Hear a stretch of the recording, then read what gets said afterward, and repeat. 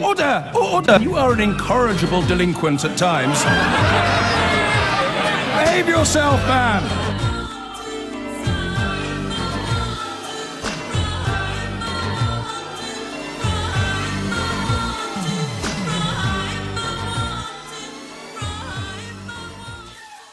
After UKIP dramatically won the European elections last year, Mr Farage warned the political establishment to expect an upset at May's general election. But it turned out that the self-styled People's Army didn't have quite as much firepower as he had hoped, winning only one seat. Since then, the party has been fraught with division and infighting. And in the latest volley, the party's only MP, Douglas Carswell, told the BBC that UKIP needs a fresh face as leader, with an optimistic message for the future. Here's a look at UKIP's year.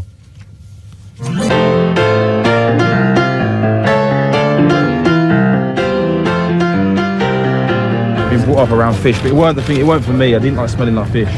Oh, I'd be one of those flavours that some people absolutely adore and others find a bit tricky.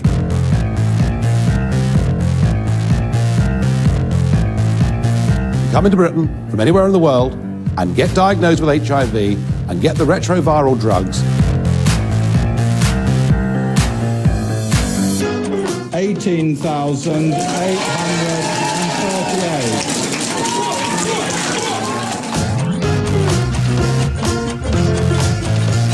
I don't break my word, so I should be writing to the UK UKIP National Executive in a few minutes saying that I am standing down. What's the code for this building now?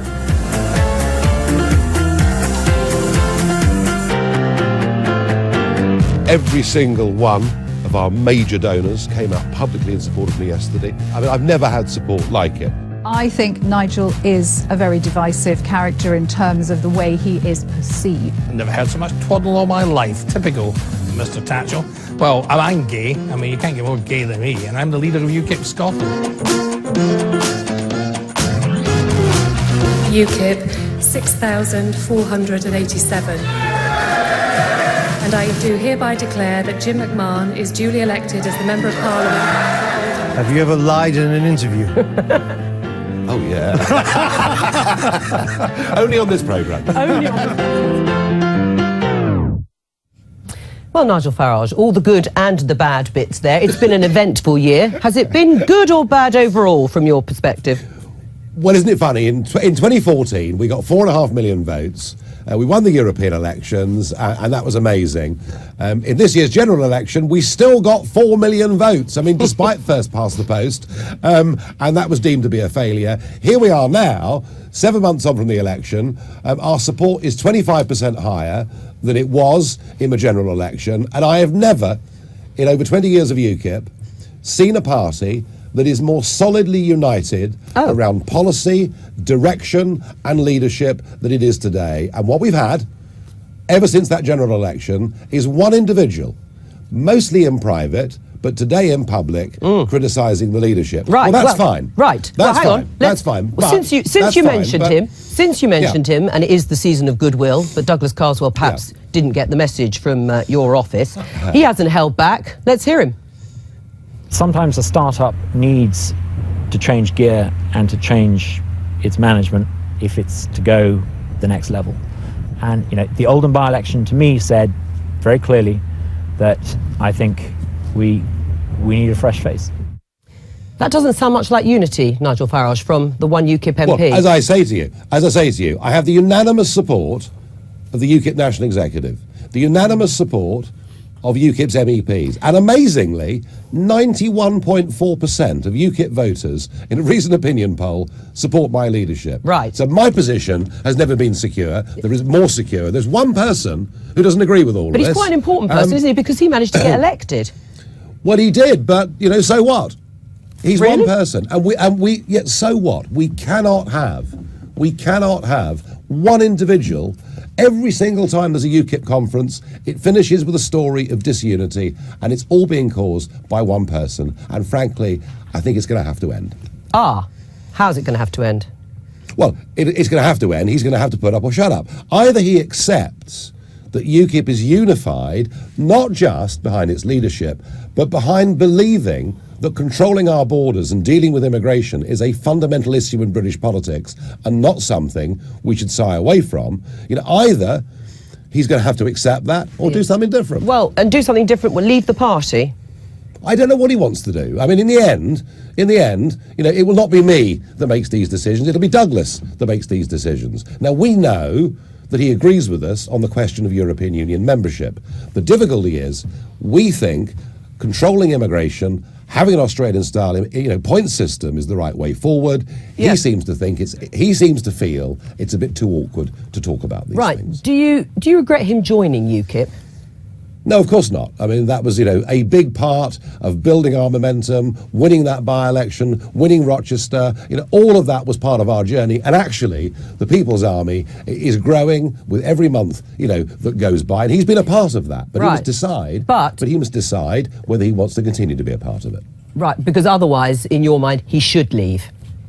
Well, we cannot have, and I don't think our national executive will allow one individual to give an impression to the country that UKIP's divided when actually it's very united. Have you spoken to him? When did you last speak to him?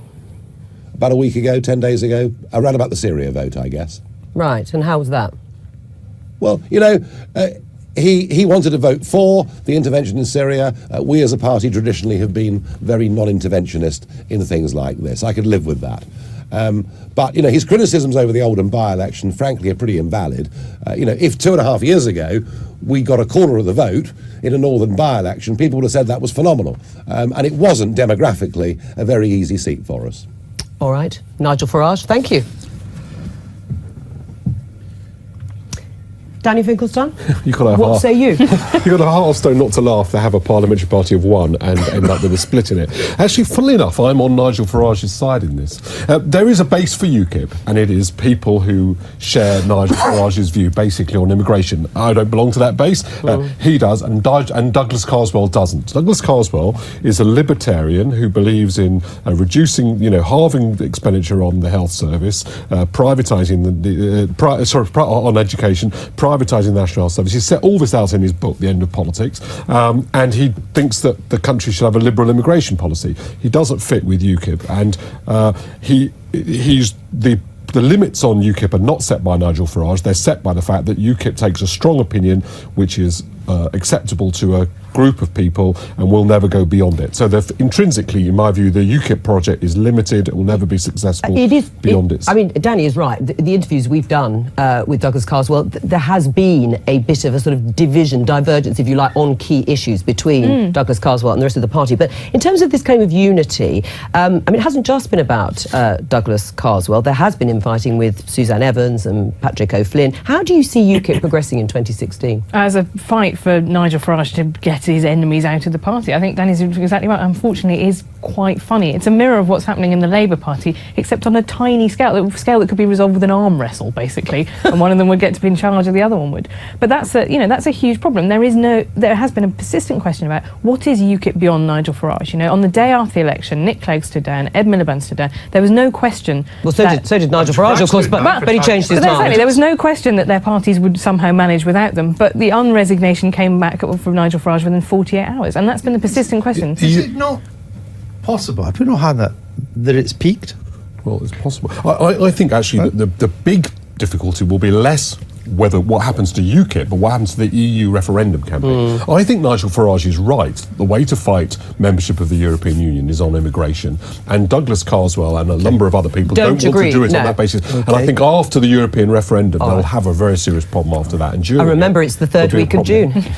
Well, Mr. Carswell is UKIP, but it sounds like Mr. Farage wants him to drop the UK and the P bit and just be an independent MP on his own. I thank Steve Battle-Much. He's a Labour councillor in Nottingham, saying it can't be the third Thursday in June for the referendum because England play Wales that day in the Euro 16. I'm not sure what that means. I mean, if it was something important like England playing Australia at Lords, I would understand. No, but Danny Finkelstein, anyway, that would be important for you. That would be important, right? There you go. Thank you, Steve from Notts.